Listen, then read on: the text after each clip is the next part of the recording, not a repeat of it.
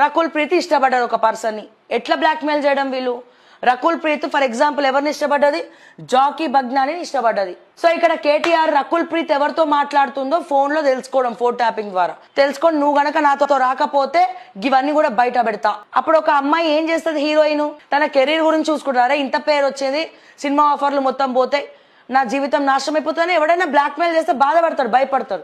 ఎవరో ఒకరో ఇద్దరికో ధైర్యంగా బయటకు వచ్చి చెప్తారు, ఆడ పులి లాంటి వాళ్ళే బయటకు వచ్చి చెప్తారు ఇట్లా జరిగిందిరా భయ్ అని చెప్పి. ఇక్కడ చూడండి, పెళ్లి చేసుకోకుండా ఉంటే జన్వాడ ఫామ్ హౌస్ నాకు రాసిస్తానన్నాడు. అంటే రకుల్ పెళ్లి చేసుకోకపోతే, పెళ్లి చేసుకోకుంటేనట, రకుల్ పెళ్లి చేసుకోకుంటే జన్వాడ ఫామ్ హౌస్ రాసిస్తానన్నాడట. లగ్జరీగా ఉండొచ్చు, నువ్వు లగ్జరీగా ఉండొచ్చు, జన్వాడ ఫామ్ హౌస్ నీకు రాసిస్తా. తనని తెలంగాణ లేకుండానే మాత్రమే కాదు, తెలుగు ఇండస్ట్రీతో డప్పులు కొట్టించి కేటీఆర్ సినిమా ఆఫర్స్ లేకుండా చేసింది కూడా కేటీఆరే.